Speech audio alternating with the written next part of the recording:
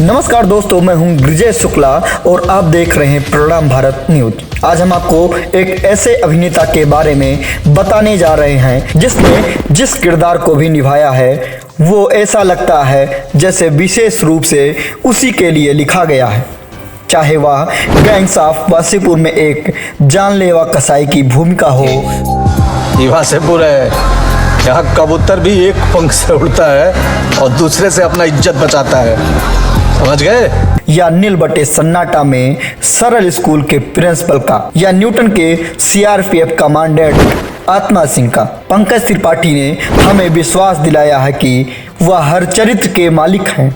बिहार के गोपालगंज जिले में किसान परिवार से ताल्लुक रखने वाले पंकज त्रिपाठी का बॉलीवुड तक का सफर बेहद ही मुश्किल रहा। पंकज त्रिपाठी का जन्म 5 सितंबर 1976 को बिहार के गोपालगंज जिले के बेलसड़ गांव में एक किसान परिवार में हुआ था। वे 2 भाई और 2 बहनें हैं। घर में किसी का कला के क्षेत्र से कुछ लेना देना नहीं है। वे कहते हैं, शुरुआत की मेरी पढ़ाई ऐसे प्राकृतिक वातावरण में हुई है जहां कोई प्रदूषण नहीं था। 5वीं कक्षा तक हम लोग पेड़ के नीचे बैठकर पढ़ते थे क्योंकि वहाँ कोई स्कूल नहीं था। यहाँ तक कि मेरे गांव में बिजली अभी कुछ साल पहले ही पहुंची है। पंकज के पिताजी बचपन में उन्हें पढ़ा लिखा कर डॉक्टर बनाना चाहते थे। उनकी ख्वाहिश थी उनका बेटा पटना जैसे बड़े शहर में काम करे और परिवार का नाम रोशन करे। इसलिए उनके माँ बाप ने पढ़ाई करने के लिए उन्हें पटना भेज दिया। उन्होंने बायोलॉजी से इंटर किया है और कुछ सालों तक डॉक्टरी की कोचिंग भी की। 2 दफ़े इम्तिहान भी दिया, लेकिन डॉक्टरी के लिए जितने नंबर चाहिए होते थे उतने नहीं आ पाए। पढ़ने में वे बुरे नहीं थे, पर उनका पढ़ाई में मन नहीं लगता था। पंकज त्रिपाठी 7 दिनों के लिए जेल भी गए हैं। पटना आकर पंकज एक छात्र संगठन से जुड़ गए। एक आंदोलन के दौरान 7 दिन की छोटी सी जेल यात्रा भी हुई। इस दौरान उनकी दोस्ती वाम दल के सदस्यों से हो गई।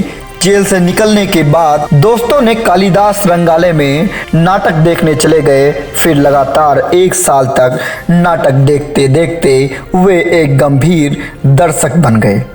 फिर धीरे धीरे रुझान बढ़ने लगा और फिर वे रंगमंच के ही होकर रह गए।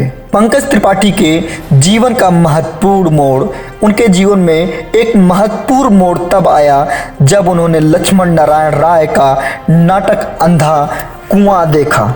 उसमें परिणीता जायसवाल की अदाकारी देख वो रो पड़े।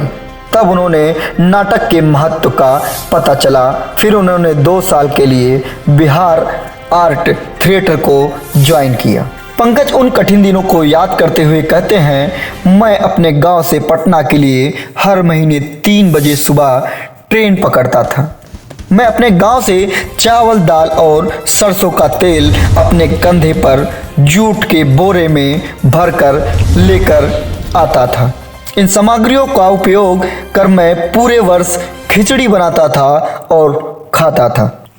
इस बीच उनके परिवार के कुछ सदस्यों ने उन्हें अभिनय के अलावा किसी और क्षेत्र में करियर बनाने की सलाह दी, जिसके बाद पंकज ने पटना में फूड क्राफ्ट इंस्टीट्यूट में एक होटल प्रबंधन पाठ्यक्रम किया। बाद में उन्होंने मौर्य होटल पटना में नाइट शिफ्ट में रसोई पर्यवेक्षक के रूप में काम किया। पंकज त्रिपाठी 2 बार एनएसडी से रिजेक्ट हुए। फिर पंकज को दिल्ली में ड्रामा स्कूल के बारे में पता चला, जहां पढ़ने के लिए ज़्यादा पैसे नहीं लगते हैं।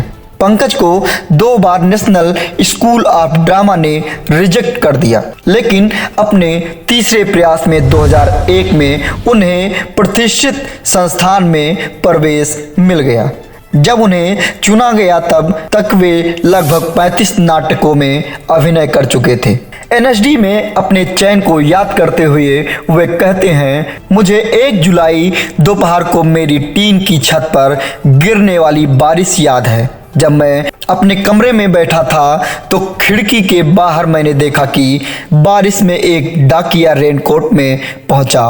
वह एनएसडी का लोगो लगा हुआ एक सफ़ेद लिफाफा लेकर मेरे पास आया। तब मुझे एहसास हुआ कि मेरा एनएसडी में चयन हो गया है और मैं रोने लगा। यह मेरे लिए बहुत ही बड़ी बात थी। मैं पूरे देश के उन 20 छात्रों में से था जिन्हें चुना जाना था। पंकज त्रिपाठी अपने पिता को नौकरी का भरोसा दिलाया था। उन्होंने अपनी होटल की नाइट शिफ्ट की नौकरी छोड़ दी। उन्होंने अपने माता पिता को आश्वस्त किया कि एनएसडी से डिग्री हासिल करने के बाद वह या तो एक ड्रामा प्रोफेसर या शिक्षक बन जाएंगे। उनके पिता अब थोड़ा आश्वस्त थे कि उनको नौकरी मिल जाएगी। 2001 से 2004 तक उन्होंने वहां ट्रेनिंग की। एनएसडी के बाद पंकज पटना लौट आए। इसी बीच उनकी शादी हो गई। 4 महीने तक पटना में रंगमंच किया तो पंकज को महसूस हुआ कि हिंदी रंगमंच में गुजारा करना मुश्किल है। इसे अभी भी शौकिया लोग चलाते हैं या फिर से सरकारी अनुदान से चलता है। पंकज कहते हैं, सरकारी अनुदान के लिए आपको बहुत सारे लोग के सामने अपनी रीढ़ झुकानी होती है और मेरी रीढ़ की हड्डी तनी हुई है। मैं झुक नहीं सकता। मैं विनम्र हूँ और ये गुरूर की बात नहीं है, लेकिन मुझे चमचाई पसंद नहीं है। पंकज कहते हैं, मैं 1 किलो भिंडी लेकर मुंबई आया था तो अब पंकज के सामने एक ही विकल्प बचा था कि मुंबई जाओ। 16 अक्टूबर 2004 को मैंने पत्नी के साथ मुंबई पहुंच गया। उस समय पैसों की बहुत तनातानी होती थी। वे 46,000 रुपये लेकर मुंबई आए थे, जो कि 3 महीने के अंदर ही खत्म हो गए। उनकी पत्नी ने बीएड किया था, इसलिए उन्होंने एक स्कूल में नौकरी कर ली। उनके खर्च बहुत कम थे तो किसी तरह से परिवार चल जाता था। पंकज कहते हैं, मैं मुंबई सिर्फ गुजारा करने आया था, स्टार बनने नहीं। मुझे वो भूख नहीं थी। कौन मुझे बतौर हीरो या बतौर विलेन लॉन्च करेगा।